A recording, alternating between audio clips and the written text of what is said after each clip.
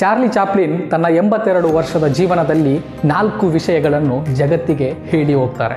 1, ಜಗತ್ತಿನಲ್ಲಿ ಯಾವುದು ಕೂಡ ಶಾಶ್ವತವಲ್ಲ, ನಮ್ಮ ಸಮಸ್ಯೆಗಳು ಕೂಡ.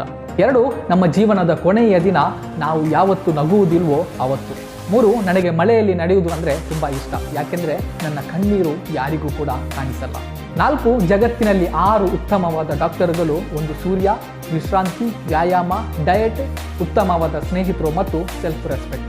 ಇದನ್ನು ನಿಮ್ಮ ಜೀವನದ ಎಲ್ಲ ಹಂತಗಳಲ್ಲಿ ಕಟ್ಟುನಿಟ್ಟಾಗಿ ಪಾಲಿಸಿದರೆ ಆನಂದವಾದ ಜೀವನವನ್ನು ಪಡಿಬಹುದು. ನೀವು ಚಂದ್ರನನ್ನು ನೋಡಿದರೆ ದೇವರ ಸೌಂದರ್ಯವನ್ನು ಕಾಣಬಹುದು. ನೀವು ಸೂರ್ಯನನ್ನು ನೋಡಿದರೆ ದೇವರ ಶಕ್ತಿಯನ್ನು ನೋಡಬಹುದು.